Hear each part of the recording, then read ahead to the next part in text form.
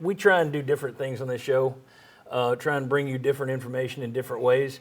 We don't have a lot of time to run through it ahead of time, so sometimes it's challenging, sometimes it backfires. We'll see how this goes. Justin, I know you'll do your part. I hope my part works here.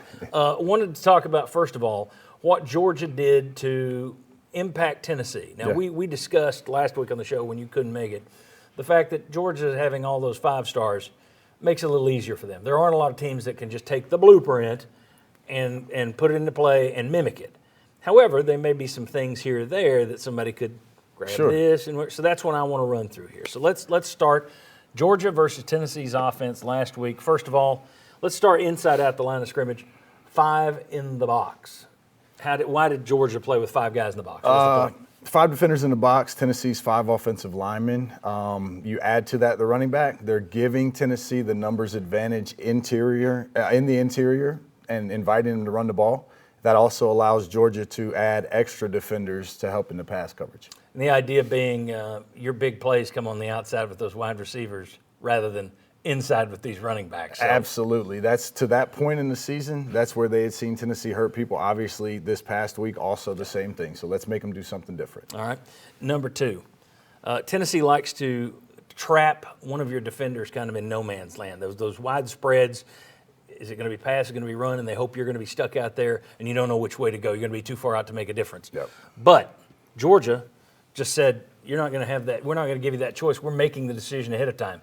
Our guys are going to play the pass. That's correct. What was the point? The defender, the overhang defender here, defensively speaking, what we like to do is we like to ask this defender to be help in the run game, help in the passing game. We try to put him in between the 2 receivers and the core of the line of scrimmage. Georgia said, we're going to make that decision for you. We're going to go ahead and commit this player to playing in the passing game. That also contributes to the 5 in the box. But now it's saying, hey, we're going to put our defender out here where he can align to help himself. He's not in no man's land by their splits or their alignments, and we're telling him you're going to disrupt number 11. All right, very good. Let's go to number 3. Another thing Georgia had an advantage a lot of teams don't have.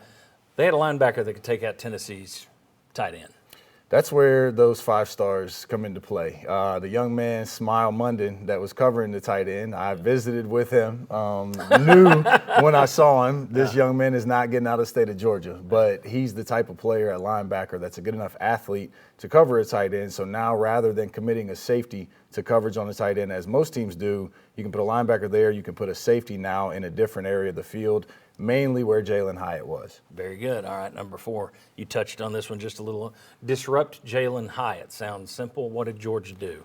Georgia committed a defender that had no deep coverage responsibility, the overhang defender that we just showed, and said, hey, we want to make sure that he's getting jammed, getting rerouted. The Bill Belichick style of defense that they used on the Colts back in the day of this player is not going to get to his spots on the field without disruption. All right. Other teams, you can try that. You can do that. I'm sure other teams have tried to disrupt Jalen Hyatt, but again, it takes a special kind of athlete to be able to do it. It absolutely does. Everybody watches it, and as a coach, you look and you say, is this good scheme or is this the players that they have? And in Georgia's case, it was both, but it's much easier said than done. But when you have the personnel that Georgia has in the interior to handle the run game, that allows you to be flexible on the outside. All right, let's look at number 5 here.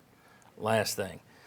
Play loose versus their receivers. You talked about this a few weeks ago, that Tennessee, they don't run a ton of routes. And it's basically, if you play one way, we do this. If you play this way, we do the other.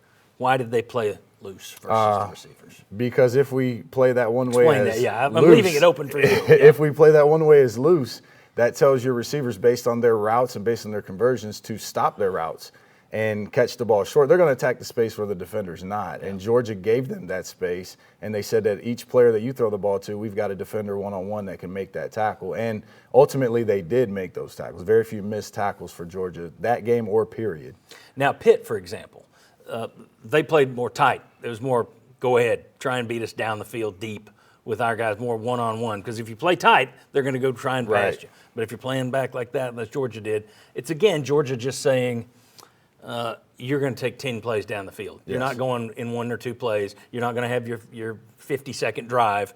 You're either going to run it or you're going to throw short, and you're going to have to do it all the way down the field with us tackling. You're going to have to beat us left-handed. That was their entire game plan. They had the personnel to accomplish it, and obviously we saw the results. Very good. I want you to walk through something else. We're going to do a demonstration over here. Let's do it. Let me get everybody to come on in. As we try this further, we got Justin's going to be we got 2 defensive backs, Justin and Chuck Cavaleris. We got 2 receivers, Will Overstreet and Bob Hodge. All right, Justin, let's start with Alabama. I want to talk about Alabama, Kentucky, and Georgia. Alabama basically was trying to prevent busts and screw-ups. So how did they play Tennessee's receivers on the outside? Those vertical switches that you just drew up on that same marker, that same wipey board. The easy way is Alabama says, I'm the safety, I'm DeMarco Helms in that game. Chuck is the corner. Will is the slot receiver, Jalen Hyatt. Chuck, take a step toward Justin just so we can see you there. There we go. All right, Chuck, you're in there. And then Bob is going to be the outside receiver. That's Brew McCoy. That's Ramel Keaton. That's Cedric Tillman. I am going to have Will no matter where Will goes, or I'm going to have Jalen Hyatt. Chuck is going to be playing number 1 man-to-man. So as these guys, you don't have to switch, but as they start to take direction, Will goes this way, Bob is coming this way. Chuck and I are going to stay with our matches, the original matches. We're going to stay on those guys. You guys can go back if you would, please. We're going to stay on those matches. The problem with that, we have our guys. We're not going to leave a man wide open. But now what happens is I, as the safety, I'm running to the furthest part, the most space of the field to cover, where it's me as a safety covering Jalen Hyatt. And what we saw, at least one of the touchdowns, was that DeMarco Helms was there. He just got outrun, and Hendon Hooker dropped the ball right on the money. Okay. Now, Kentucky and Georgia played it a little differently. Instead of just saying we're locked in, tell us what they did. Kentucky and Georgia played it the way that I as a coach would try to play it, where you want to be able to do both. You want to play matched up on our people, stay with who we have, and also be able to switch. As they switch, we would switch. So now, as Bob and Will work that same switch action, Chuck is going to take the receiver that comes to him. I'm going to take the receiver that comes to me.